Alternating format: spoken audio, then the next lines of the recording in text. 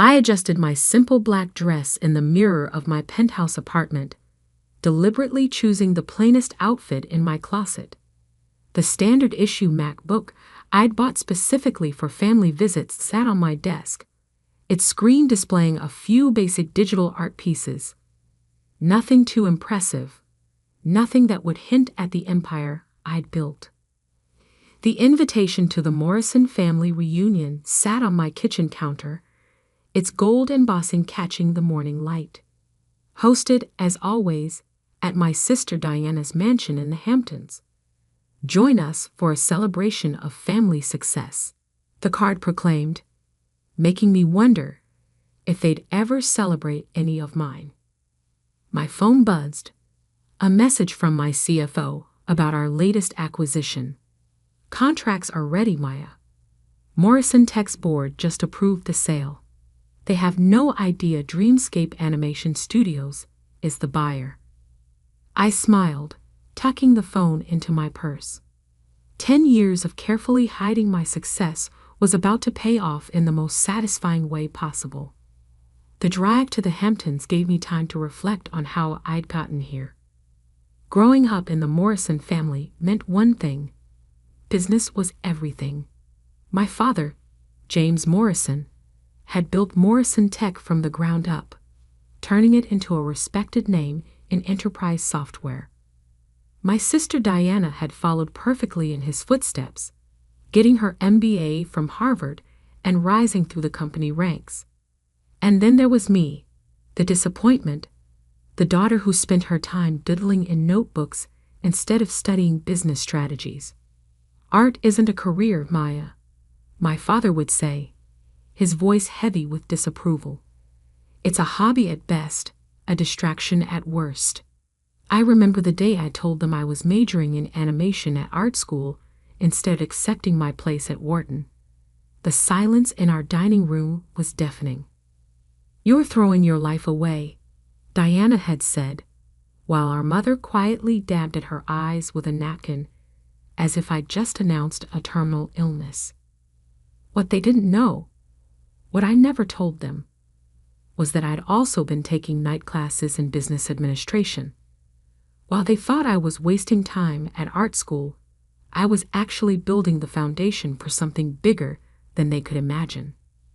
My first animated short film won a student competition. The prize wasn't much, $5,000 and some industry recognition, but it was enough to start. I used the money to hire 2 other artists, working out of my tiny apartment to create content for small businesses.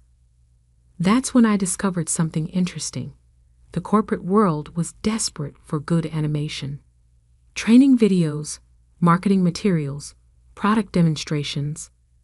There was a huge market for high-quality digital content, and very few studios that could deliver it professionally. Within 2 years, my little team had grown to 15 people. We incorporated as Dreamscape Animation Studios, with me using my middle name, Phoenix, on all the paperwork. Maya Phoenix, not Maya Morrison, became the name behind what would grow into one of the most innovative animation studios in the country. The family never knew, of course.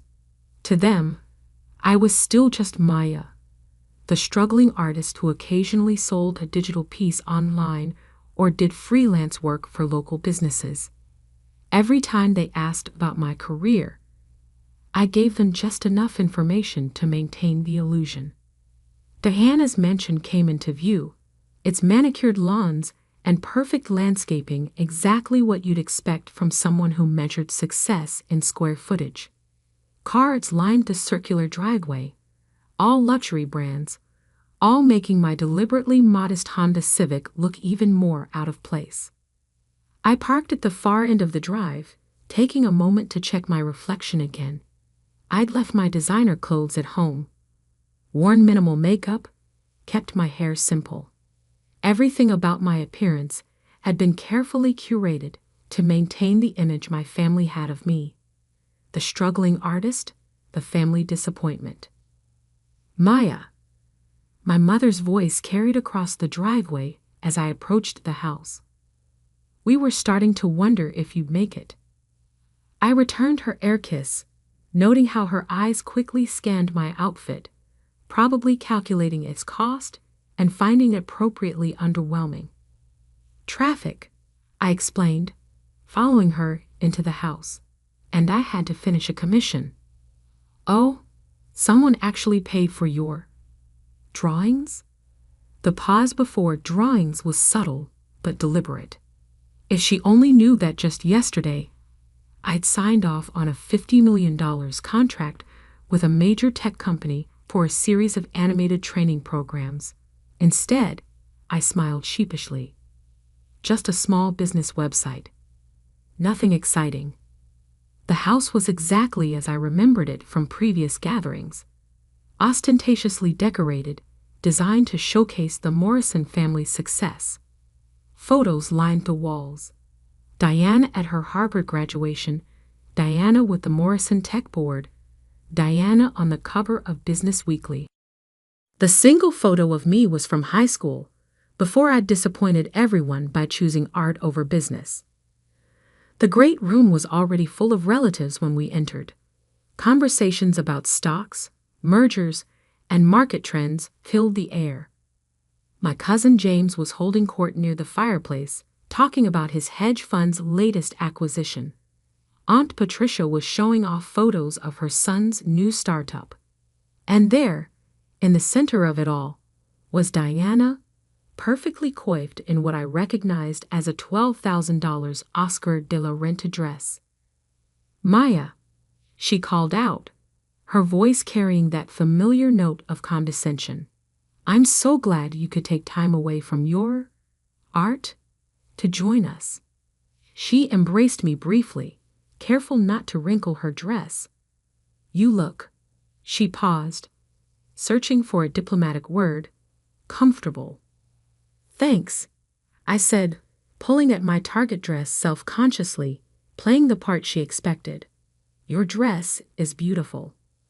"Oscar de la Renta," she confirmed, smoothing the fabric. "A little celebration for closing our latest acquisition. Morrison Tech just bought out our biggest competitor in the enterprise software space." I bit back a smile. If only she knew that in less than 24 hours, Morrison Tech itself would belong to my little art studio. "That's wonderful," I said. "Things must be going well." "Better than ever," she beamed. "In fact, I was just telling everyone about our next big move. We're branching into digital content creation, animations for corporate training, marketing, that sort of thing." My heart skipped a beat.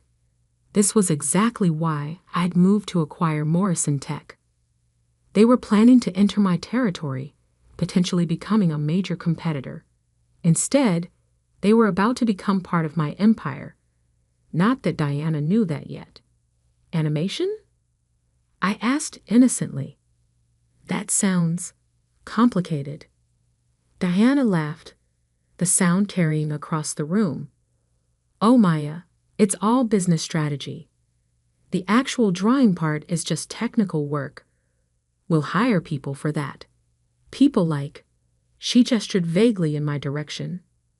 "Well, Other relatives had drifted over, drawn by Diana's laugh. "Still drawing cartoons, Maya?" my cousin James asked, not bothering to hide his smirk. My fund is always looking for administrative assistants if you want a real job." "Thank you," I said quietly. "But I'm doing okay with my art." "Okay?" Diana raised an eyebrow. "Is that why you're still driving that old Honda? Still living in that tiny apartment?"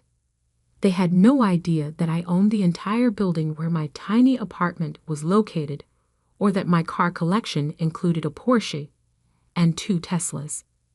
The Honda was just for family visits. "I get by," I shrugged. "Not everyone needs a mansion." "Getting by isn't the same as succeeding." My father's voice came from behind me. I turned to find him watching me with that familiar look of disappointment. Diana's latest deal is worth more than you'll probably make in your entire life drawing pictures. I felt a flash of anger but pushed it down. In less than a day, they would all learn just how wrong they were. The contracts were signed, the press release written. By this time tomorrow, Maya Phoenix would be revealed as the CEO of Dreamscape Animation Studios and the new owner of Morrison Tech. But for now, I just smiled and excused myself to get a drink. Let them have their moment of superiority. Let them believe what they'd always believed about me. After all, revenge is an art form too. The family reunion dragged on into evening, each hour bringing a new opportunity for my relatives to remind me of my perceived failures. I kept checking my phone, watching as messages from my executive team confirmed that everything was in place for tomorrow's announcement. Press release approved by legal. New York Times exclusive secured. Board transition documents ready for signing. I was standing by the floor-to-ceiling windows, watching the sunset over Diana's perfectly manicured garden. When my father approached, he held a glass of his favorite scotch, the same brand I had a case of in my office, though he didn't know that. "Maya," he said, his voice carrying that perpetual note of disappointment, "your mother and I have been talking." I braced myself. These conversations never ended well. "Diana's new digital content division will need artists," he continued. "Basic level stuff. Nothing too creative. But it would be steady work, benefits, a real salary." He emphasized real, as if what I did wasn't real work. "She's willing to give you a chance, despite your limited business experience." I took a sip of my champagne to hide my smile. If he only knew that my company's annual revenue was nearly triple what Morrison Tech made in digital services. "Thank you, Dad, but I'm okay with my freelance work." He sighed heavily. "Maya, you're 32 years old. Don't you think it's time to stop playing around with drawings and join the real world? Look at your sister. She's made something of herself." Through the window's reflection, I could see Diana holding court among our relatives, probably sharing another story of her business triumphs. She'd always been good at that, making sure everyone knew exactly how successful she was. "I know you think art is just playing around," I said carefully, "but there's more to it than you realize." "Is there?" He gestured at my simple dress, my unassuming appearance, because from where I stand, all I see is wasted potential. You could have gone to Wharton, could have been part of Morrison Tech's legacy. Instead, you chose to throw it all away for what? Digital doodles. The words stung, even after all these years, even knowing what I knew. Actually, I started, almost ready to tell him everything, but my phone buzzed again. A message from my COO. "Morrison Tech board members all confirmed for tomorrow's 9 a.m. meeting. They have no idea what's coming." I swallowed my confession. Less than 12 hours. I could wait that long. "Actually what?" my father prompted. "Nothing," I said. "You're right. I made my choices." He shook his head and walked away, leaving me to watch the final rays of sun disappear behind the trees. Across the room, I heard Diana's laugh ring out again. "Maya's always been different," she was saying to our Aunt Patricia. "Some people just aren't cut out for real success. At least she's finally accepting the hand up we're offering." I checked my watch. 7:30 p.m. In less than 14 hours, everything would change. The rest of the evening passed in a blur of subtle jabs and condescending offers of help. Cousin James offered to teach me basic business accounting. Aunt Patricia suggested her daughter could help me build a proper website for my little art business. Even my mother got in on it, quietly showing me job listings for graphic design positions at local marketing firms. Through it all, I maintained my facade of quiet resignation, playing the role of the struggling artist they all expected me to be. But inside, I was counting down the hours. Finally, as the party wound down, Diana cornered me by the coat check. "I hope you'll seriously consider Dad's offer," she said, her voice dripping with folks' concern. "The position wouldn't be anything too challenging, just basic artwork for corporate presentations, employee handbooks, that sort of thing. We'd start you at an entry-level salary, of course, but it's better than whatever you're making now." I thought about my penthouse office overlooking Central Park, about the team of over 200 artists and animators who worked for me, about the groundbreaking projects we were developing that would revolutionize digital animation. "I'll think about it," I said. "Don't think too long," she advised. "Once we announce our expansion into digital content next week, we'll have plenty of qualified applicants. I'm only offering because you're family." I nodded, accepting my cope from the attendant. "Speaking of announcements, will you be at the office tomorrow?" "Of course," she said proudly. 9 a.m. sharp. We have a major meeting with our mystery buyers. Some big animation studio is interested in partnering with us. She smirked. "See what happens when you think bigger than just drawing pictures." "Good luck with the meeting," I said, turning to leave. "Maya," she called after me. "That outfit you're wearing, if you do decide to take the job, you'll need to dress more professionally. Appearance matters in the corporate world." I looked down at my intentionally modest dress, thinking of the closet full of designer clothes waiting at home. I'll keep that in mind. Driving home, I finally let myself feel the full weight of what was about to happen. 10 years of hiding my success, of letting them believe I was a failure, all leading to this moment. Back in my penthouse, I hung up my struggling artist costume and changed into silk pajamas that cost more than Diana's precious Oscar de la Renta dress.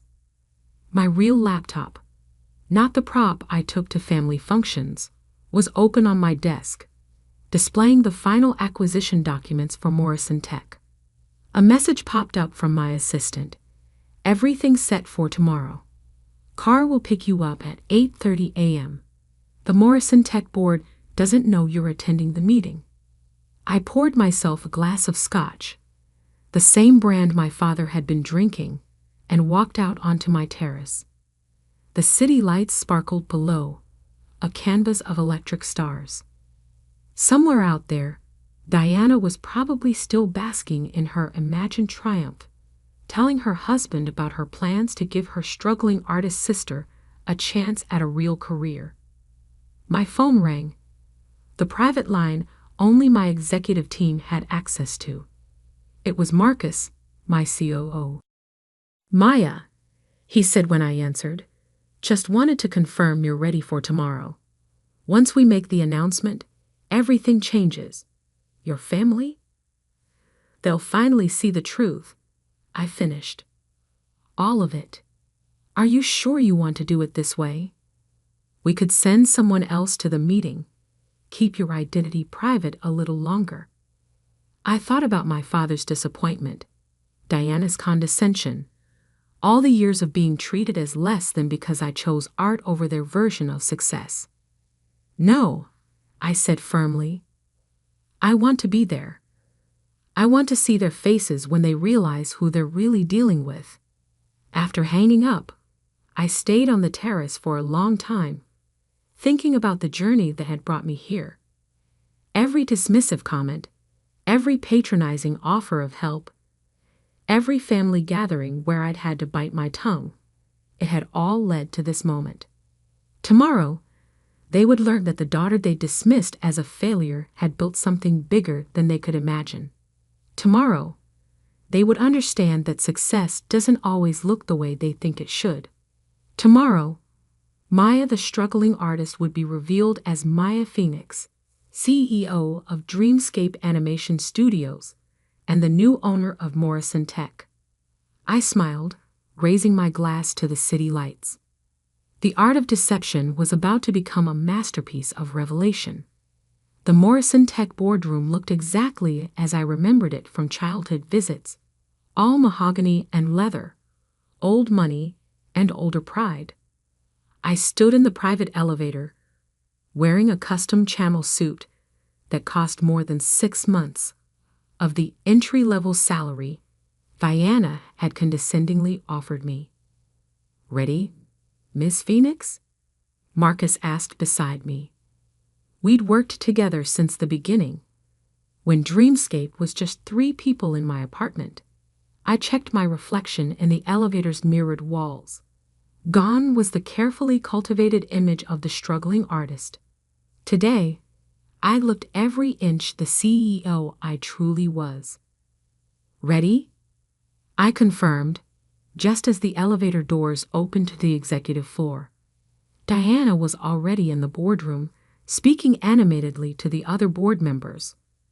My father sat at the head of the table, looking imperial in his custom suit. Neither of them noticed me at first, too busy discussing their plans for the future. A future they didn't realize was about to change dramatically. "The Dreamscape representatives should be here any minute," Diana was saying. "Once we finalize this partnership, Morrison Tech will dominate the digital content space." "Actually," I said, stepping into the room, "there's been a slight change of plans." The room fell silent. Diana's mouth dropped open, her professional composure cracking for the first time I could remember. "Maya?" My father stood up, confusion evident on his face. "What are you doing here?" "This is a private board meeting." I smiled, placing my briefcase on the table. "I know exactly what this meeting is. In fact, I called it." "This is ridiculous," Diana snapped, recovering her voice. "Security." "Won't be necessary," Marcus said smoothly, stepping forward. "Miss Phoenix has every right to be here." "Phoenix." Diana's eyes narrowed. "Her name is Morrison." "Actually," I said, opening my briefcase and beginning to distribute documents, "Maya Phoenix is my professional name. The name I used to build Dreamscape Animation Studios from the ground up. The name that's about to become very familiar to everyone in this room." The blood drained from my father's face as he looked down at the documents I placed in front of him. Acquisition papers, final sale contracts, press releases ready to go. This is impossible," he whispered. "Is it?" I took my place at the opposite end of the table. "Let me tell you a story about a girl who loved art and business equally. Who took night classes in business administration while attending art school. Who saw an opportunity in the market for high-quality corporate animation and built a company that now grosses over $100 million annually." Diana was frantically flipping through the papers, her hands shaking. You're Maya Phoenix, the CEO of Dreamscape?" "The same," I confirmed. "The company you've been trying to partner with, it's mine, has been since I founded it 10 years ago, right around the time you all decided I was throwing my life away." But you're just an artist," Diana stammered. "You live in a tiny apartment. You drive a Honda." I couldn't help but laugh. "I own the building where that tiny apartment is located. The Honda is just what I drive to family functions. Would you have preferred I showed up in my Porsche? Given you one more thing to assume I couldn't afford." My father was still staring at the documents, particularly the page showing Dreamscape's current market valuation. "All this time," he murmured. "All this time," I agreed. "Every family gathering where you mocked my career choice. every condescending offer of help, every comparison to Diana's real success. I was building something bigger than Morrison Tech could ever dream of being. Why? Diana demanded. Why hide it? Why let us think? Because you never would have accepted it. I cut her off. You would have tried to take control, to make it part of the Morrison Tech empire. You would have turned my vision into just another division of your company. I needed to build this my way, on my own terms. I stood up, smoothing my designer suit. And now, as of 9 a.m. this morning, Dreamscape Animation Studios is the proud owner of Morrison Tech. We'll be restructuring the company, focusing on innovation rather than tradition. Diana, your position as CEO will be eliminated, though you're welcome to interview for a role in our creative department. Father, you'll be transitioned to an advisory role until your retirement next month. The silence in the room was absolute. Even the other board members, who usually deferred to my father in everything, sat in stunned silence. You can't do this, Diana finally whispered. Actually, I can and I have. The board approved the sale last week, though they didn't know I was the buyer. The contracts are signed. The press release goes out in... I checked my watch. Approximately 10 minutes. As if on cue, my phone buzzed. The New York Times exclusive was live. Art meets tech.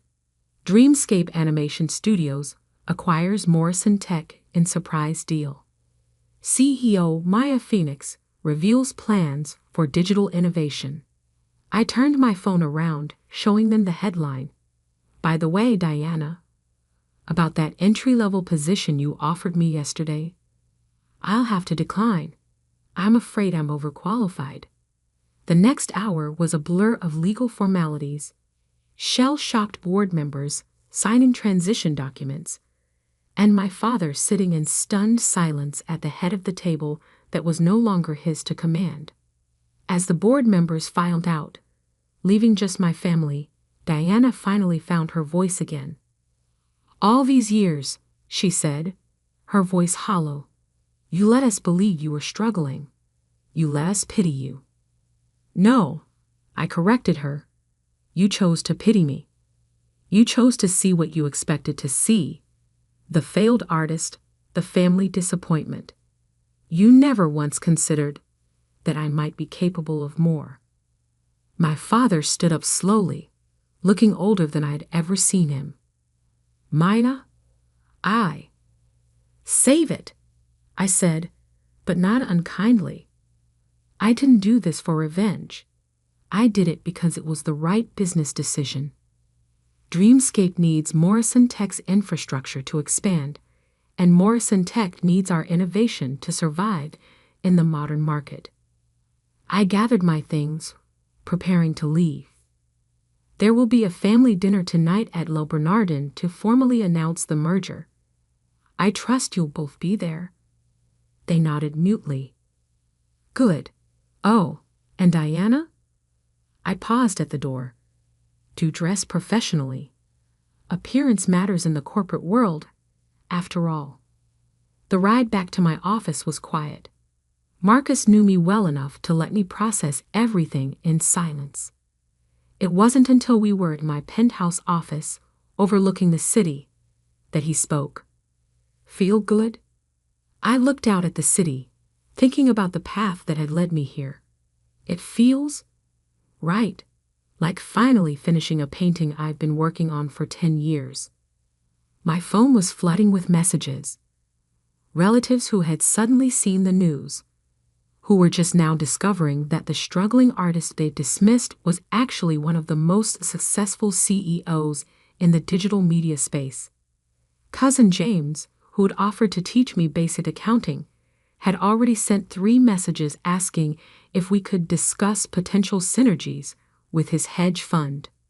Aunt Patricia, who'd suggested her daughter help me build a website, was calling repeatedly.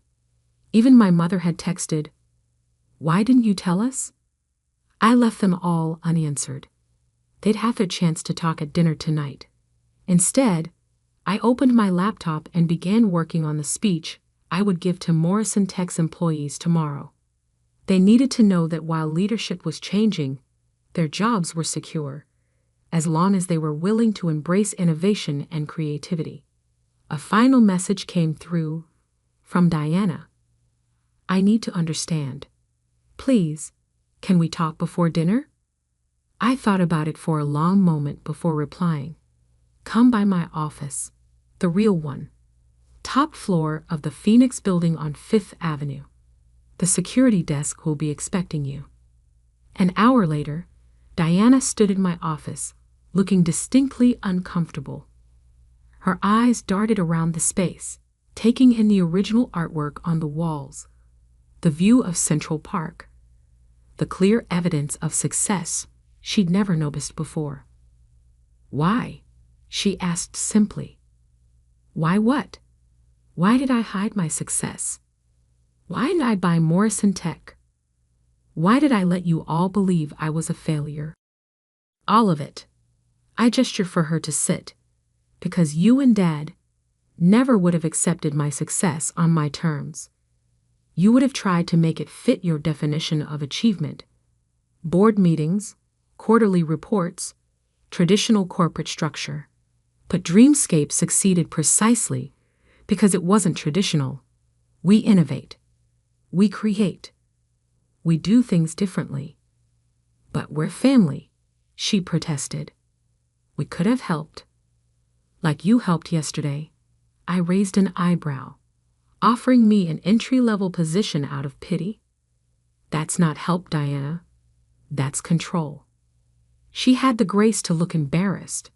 I never knew, never even suspected, because you never looked. None of you did. You saw what you expected to see, the artistic sister who couldn't cut it in the real world.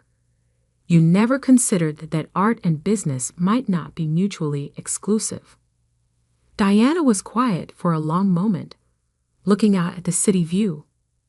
What happens now? Now we move forward.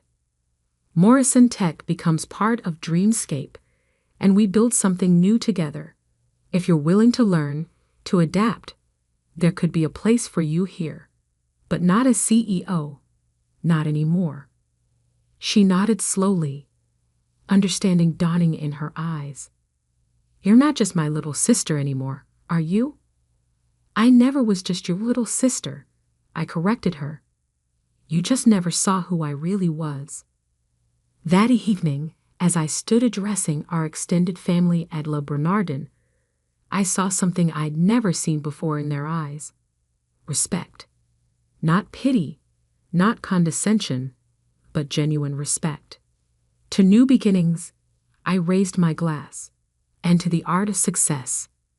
Later that night, back in my penthouse, I opened my old sketchbook, the one I'd carried through art school, filled with the early concepts that would become Dreamscape's first projects.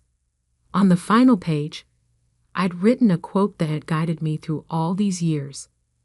The greatest art lies in hiding your mastery until the perfect moment of revelation. I smiled, closing the book. My masterpiece was finally complete.